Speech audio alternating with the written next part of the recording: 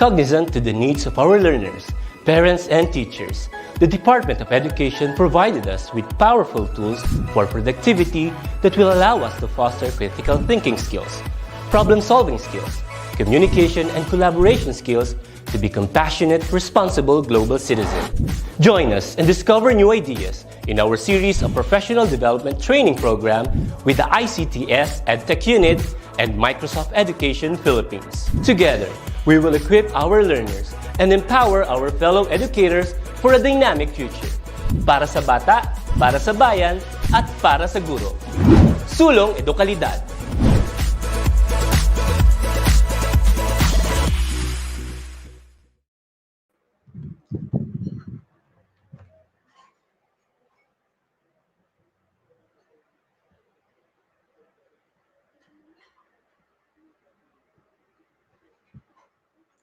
Hello!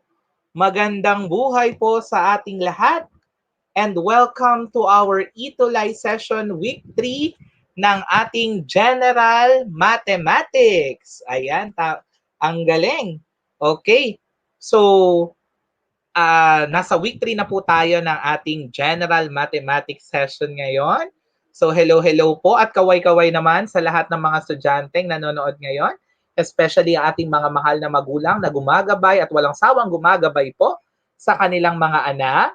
Okay? At syempre sa aking mga kapwa guro, okay, ang mga frontliner ng ating edukasyon tungo sa sulong edukalidad. Ayan, so hindi ko na patatagalin pa.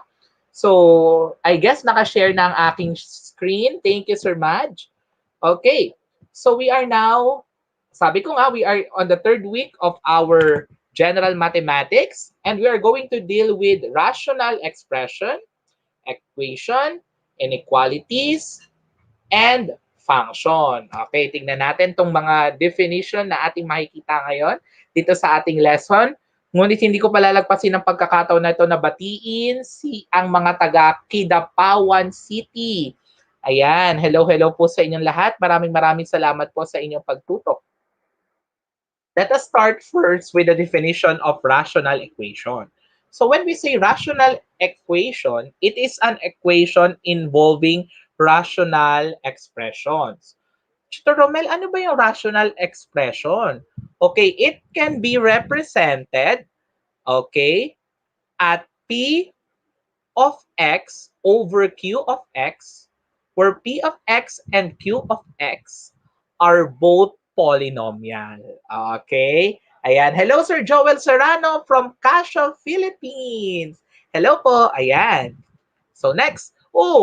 Tutor Romel, this is an example or sa mga manonood natin ngayon, this is an example of our rational equation. So we have 2 over x minus 3 over 2x is equal to 1 over 5. Okay? Next, definition. So we also have rational inequality.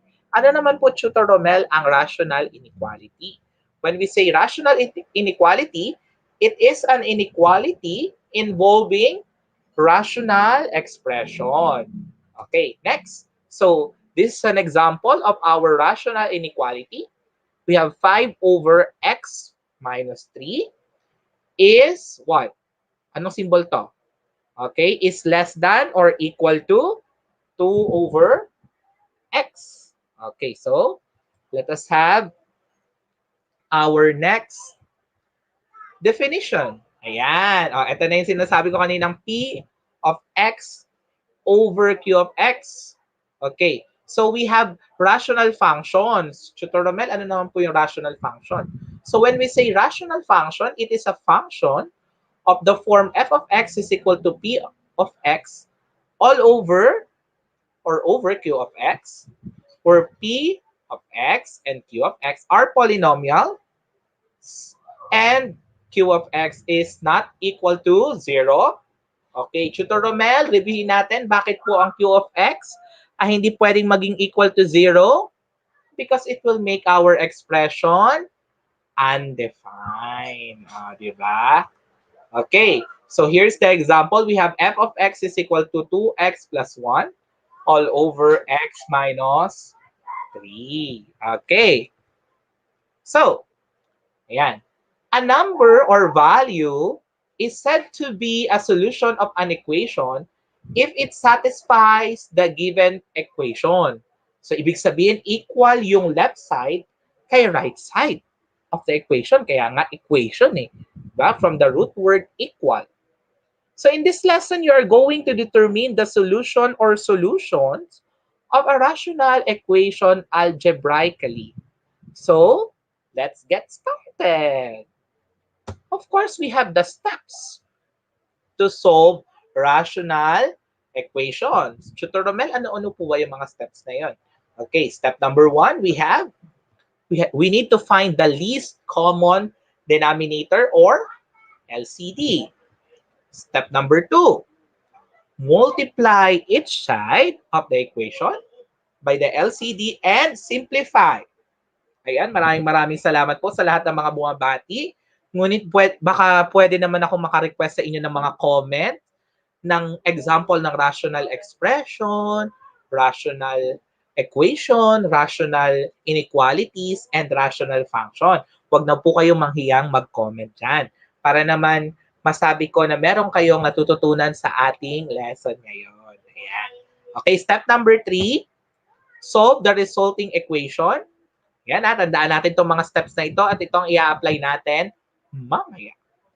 And step number 4, check the solutions with the original equation. Kasi meron tayong mga tinatawag na extraneous solution. Tutor Romel, ano yung extraneous solution? Tandaan niyo yan ha. Pag sinabi natin extraneous solution, those are the solutions that will not satisfy our given equation. Okay? Extraneous solution po ang tawag doon. Okay? So, again, remember these steps. We are going to apply it in our given example. Ayan na ang ating example number 1. So, let us try to solve for x. Given 1 over 2x plus 5 over 4 is equal to 3 over x. Okay, tingnan natin ha. Okay. So first and foremost, we need to find the least common denominator. Okay? So we need to find the least common denominator. So ayan, fill in the blank na tayo, Tutor Romel, ha? Okay.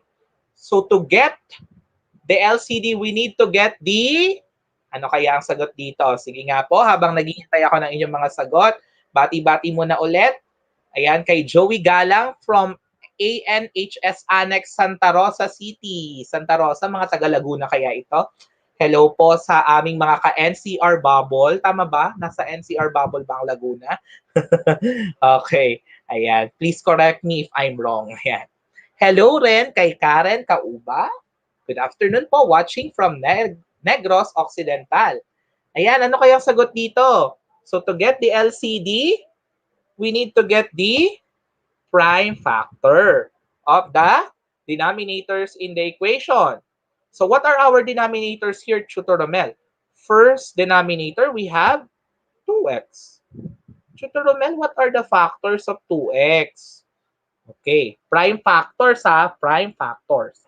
Okay, so we can say that the factors of 2x or prime factors of 2x are 2 times x. Okay, next. Another denominator is at 4. Okay. What do you think are the prime factor of 4? Huwag na po mahiyang mag-comment. Sige po, para po meron akong kausap dito sa ating session. Di ba? So we have 2 times 2. Okay. How about our next our next denominator is at x. So what's the factor of x? It is x. So what's the LCD therefore? Okay, hanapin lang natin ang mga pare-pareho. Okay, so we have 2 times 2. Okay, 2 times 2 times x. Okay, and that is equal to 4x. So that is our LCD. Okay, next step.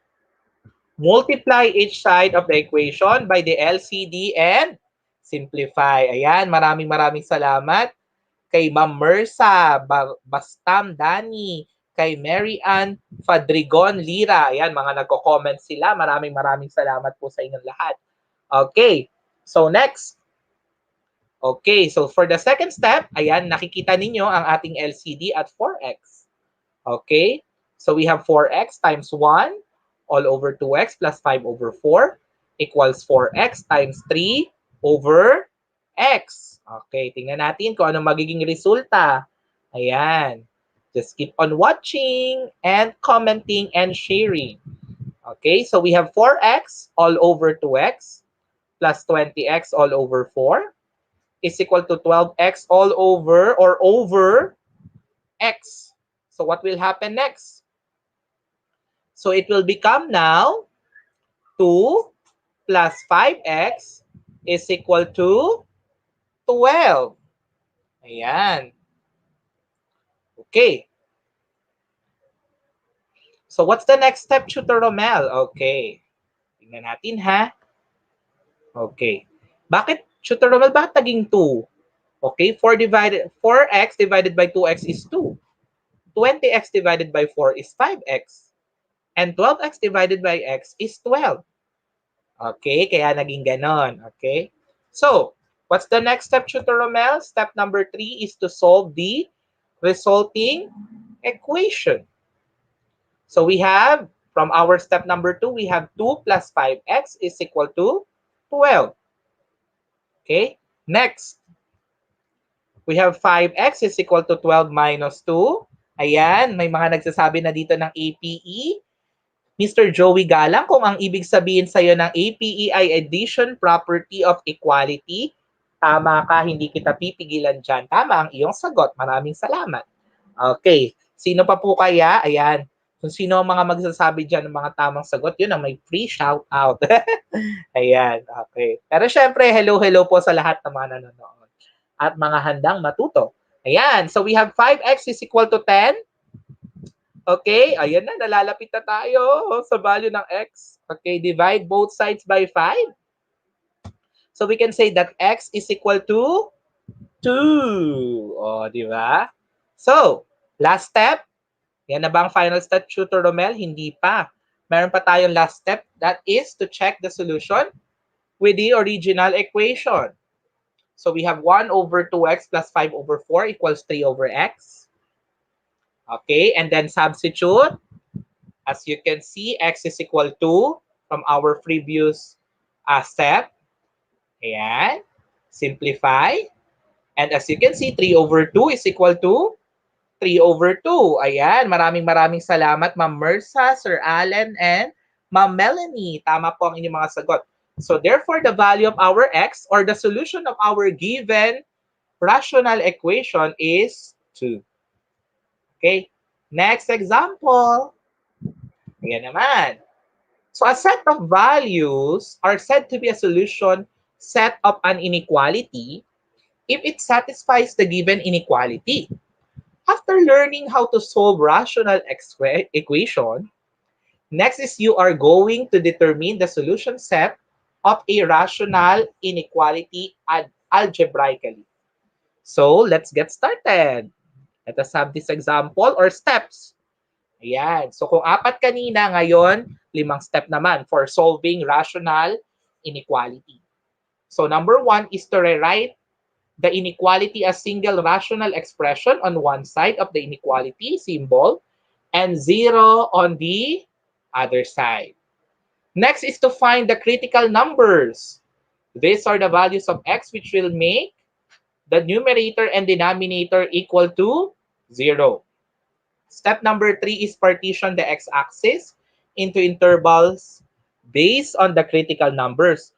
So, kung titingnan ninyo, no, magkaka-relate yung bawat steps natin. Next is to pick a test point in each interval, evaluate the numerator and denominator, and perform a sign analysis. And next step is to write the solution set. Okay? So, let us have this one. This example, we have solved the inequality x minus 1 all over x plus 4 is, how do we read this symbol?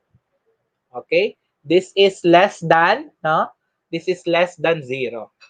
Okay, So, as you can see, the first step is to rewrite the inequality as single rational expression.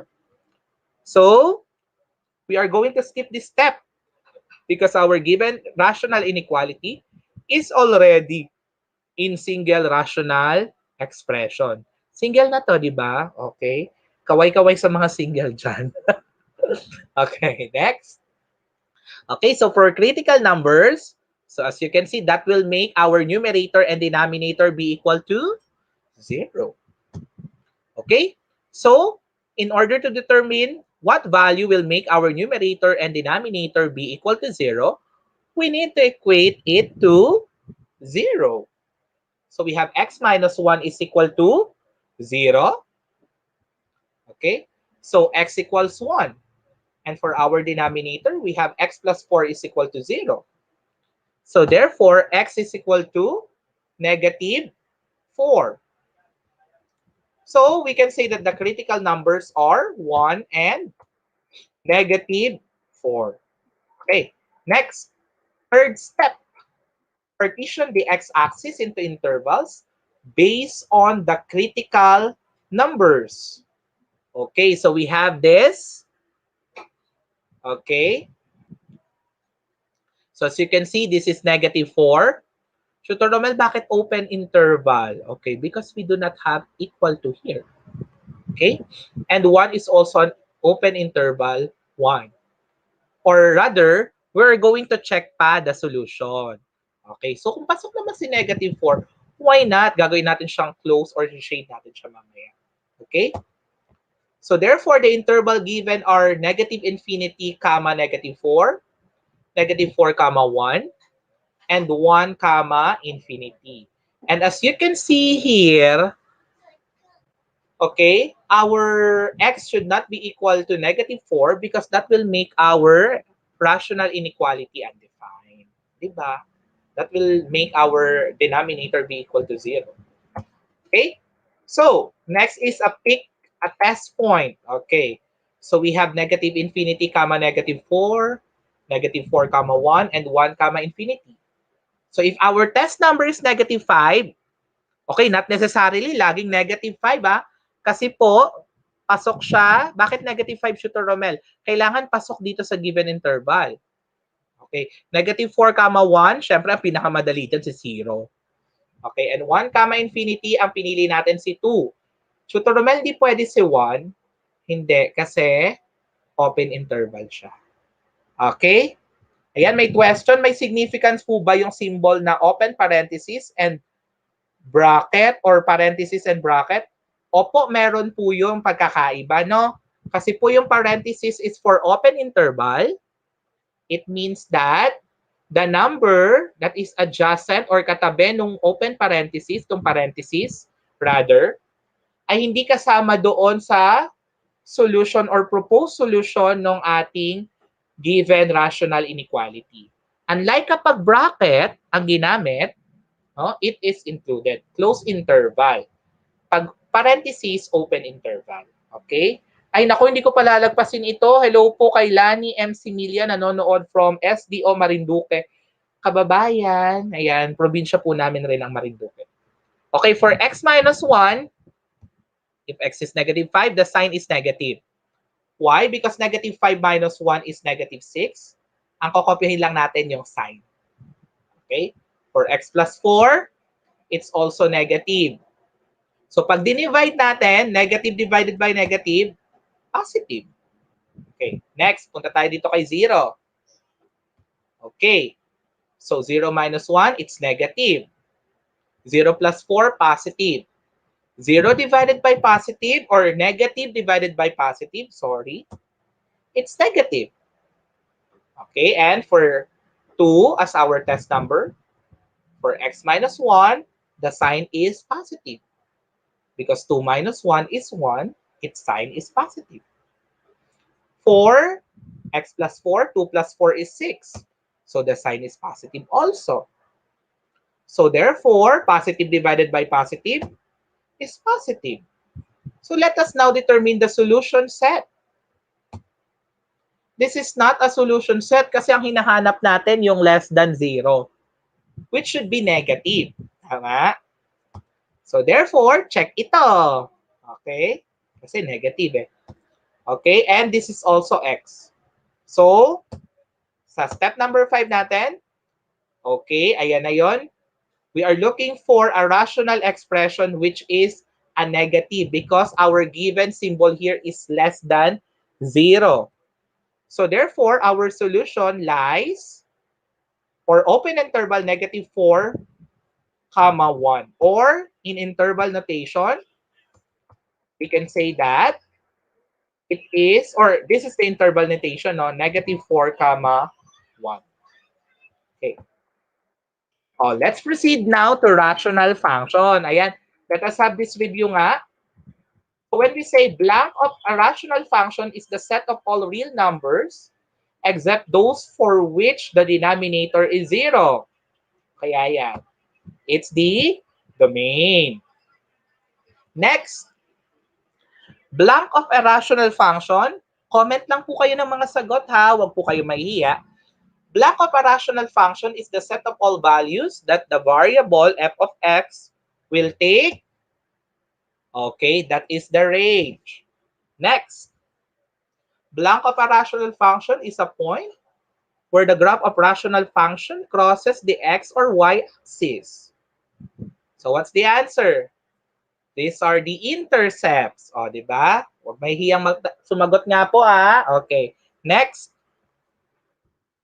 Okay. Unblank is a line that a curve approaches as it heads towards infinity. Ayan, sumasagot si Sir Allen. Maraming salamat po, sir. The answer is asymptote. Okay, next.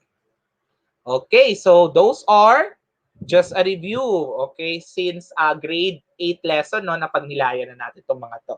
So let us have this function f of x is equal to 3 all over x plus 2. So we are looking for its x and y intercept. Okay, if possible daw, okay? So ibig sabihin pala, Tutor Romel, merong mga function na mayroong or nawala silang x or y intercept. Possible yun. Okay, lalo na dito sa rational function. Tingnan natin tong halimbawang ito. So we have y is equal to 3 all over or over x plus 2. Okay, sabi nga dun sa step, or when we are looking for x-intercept, the first step is to change the f of x or f of x in terms of y. Okay? Sa function, si f of x at si y, pareho lang po sila. Okay, next. So 0 is equal to 3 all, or over x plus 2. Okay, Tutor Romel, bakit naging 0? Because we know that x-intercept is the value of x when y is 0. Okay, kaya let y equal 0. Next, so cross multiplication.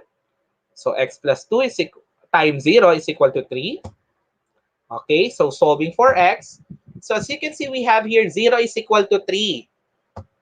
So therefore, there is no x-intercept. Okay? Next, for y-intercept naman po tayo. Okay? Ay, okay. May definition pa pala tayo dito. Since there is no x-intercept, so we can say that this graph will not pass through our x-axis. Okay? Y-intercept naman. Ayan. Y is equal to 3 all over x plus 2. Change f of x in terms of y. So y is equal to 3 all over 0 plus 2. So si y-intercept naman, value of y when x is 0. Ayan, let x equal 0. So y is equal to 3 over 2. Solve for the value of y. Okay, so we have the coordinates. Siyempre, 0 nga si x. So 0, 3 over 2. So write in intercept form, or this is the ordered pair of our y-intercept. So the graph will cross the y-axis at 0, 3 over 2. Ayan, si Sir Allen, masipag sumagot. Salamat po. Ayan, so zeros naman tayo. So when we say 0, when a rational function is equal to 0, then its numerator is equal to 0. So to determine the zeros of the rational function, we equate the numerator to 0. Okay, then solve for the variable. So when discussing polynomial function, we were often interested in the zeros of the function. That is, we wanted to know the values in the domain, okay, or input of the function that will make the range or output be equal to 0. Okay? So let us have the zeros of h of x is equal to 3x plus 4. So we let the numerator be equal to 0. So we have, solving for x, so x is equal to negative 4 over 3. So the zero of our given rational function is at negative, okay? Negative 4 over 3 ito, no? Nagkamali lang, hindi ito negative 3 over 4. Okay, next po tayo. Okay? Vertical asymptote naman daw. Okay? These are the zeros of your denominator naman. Okay. So, we let the denominator be equal to 0. So, therefore, the vertical asymptote of our given rational function here, 5 g of x is equal to 5x all over x squared minus 4, is x is equal to positive negative 2. So the vertical asymptote is at positive negative 2. Next, horizontal asymptotes naman. So we have here 3 criteria, or okay, to determine the horizontal asymptotes. So we are checking the degree of our numerator and the denominator. Take note that this should be in descending order. Okay? Descending order. So if n is less than m, then the horizontal asymptote is x-axis. If n is equal to m, the horizontal asymptote is at a over b. But if n is greater than m, then there is no horizontal asymptote. Diba? Mabilis lang, simple lang. Basta i-follow lang natin yung tatlo. Okay? So what's the degree of our numerator? It's a constant function, so the degree is 0. What's the degree of our denominator? It's 1 because we have x here. So therefore, we can say that n is less than m. So that's criteria 1.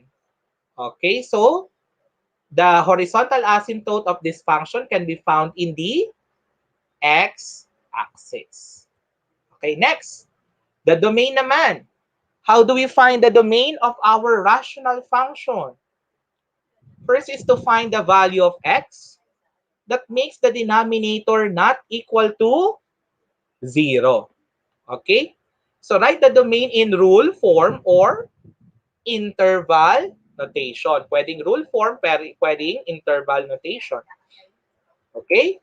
So let us have the domain of 5 or over x minus 6. So the domain is at, okay, so x minus 6 must not be equal to 0. Kailangan hindi maging 0 or maging 0 ang ating denominator because that will make our equation undefined. Okay? So take the denominator and then not equate it to 0. Okay? So x must not be equal to 0 minus 6. Isolate the variable x. So therefore, x must not be equal to negative 6. So in general, or in rule form, we can say that x such that x are elements of real number. Okay? The domain are at x, and x must not be equal to negative 6. Okay. How about our range? Para naman po si range. Okay. So, the steps in determining the range of a rational function. Let y is equal to f of x. The second step is to solve for x in terms of y. Find the value of y that makes the denominator not equal to 0. And write the range in rule form or in interval notation. Okay, so i-apply po natin ang mga steps na ito, okay, in solving the range or in looking or in finding the range of our given rational function, g of x is equal to 5 over x minus 6. So anong sabi? So to solve for its range, we need to write g of x as y. So y is equal to 5 over x minus 6. Change g of x in terms of y. Next, y times x minus 6 is equal to 5. Solve for the value of x. Next, we have x minus 6 is equal to 5 over y. Okay, cross multiplication tayo dito, no? Okay. Next, we have x is equal to 5 over y minus 6. Okay. Then x is equal to 5 minus 6y all over y. Simplify. Therefore, y must not be equal to 0. So take the value of y that makes the denominator not equal to 0. Okay? So therefore, our range represented by y. So in rule form, we have y such that y is the element of real numbers, but y should not be equal to 0. Okay? So I hope medyo mahaba yung lesson natin ngayon, no? So I hope marami kayong natutunan. So para naman malaman ko kung meron kayong natutunan, please answer our given activities nga po. Numbers 1, 2, 3, 4, 5. Hintayin ko po ang inyong mga kasagutan. Ayan. So habang ako ay naghihintay ng inyong mga sagot, ayan, okay. Ayan. So wait. Tingnan natin kung meron ng mga sumagot nga dito sa ating comment. Ayan. So puro pagbati ng magandang hapon ang nakikita ko. Ayan. So please do answer our given exercises. So nawa visible po siya sa inyo, no? Medyo maliit po ata. Pasensya na po. Okay. So we have here, sige nga po, for number 1, the answer is A. That is equal to 8. Okay.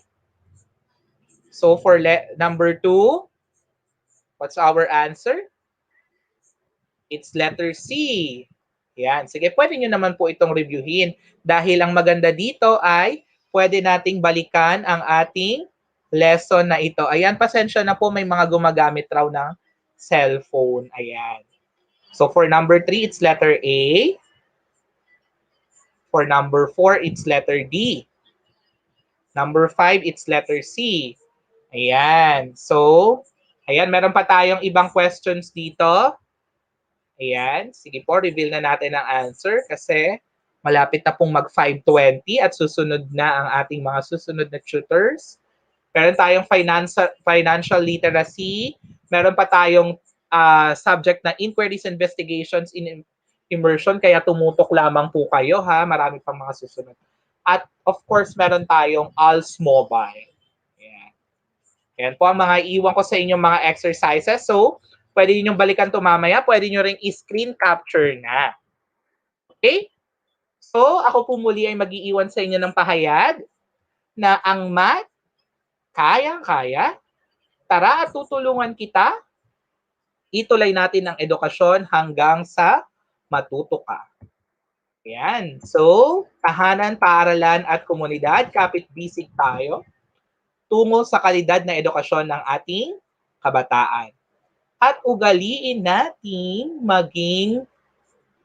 ugaliing bilangin ang ating biyaya upang tayo ay laging masaya.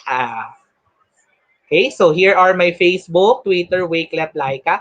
Pwede ninyong i-send dyan yung inyong mga output or mga answers sa mga output na binigay ko or activities na binigay ko sa inyo ngayon. See you in our next session. Week 4 na tayo. Kalahati na ng third quarter next week. So God bless to everyone and to God be the glory. God bless to everyone. Bye-bye. Thank you po. Thank you. Bye-bye. See you next week.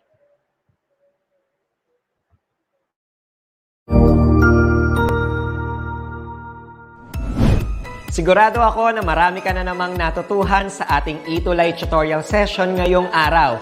Tandaan, ito ay hindi lamang para sa ating mga mag-aaral, kundi pati rin sa ating mga minamahal na guro at mga magulang na kaagapay natin para maituloy ang pagkatuto sa kabila ng nararanasang pandemya.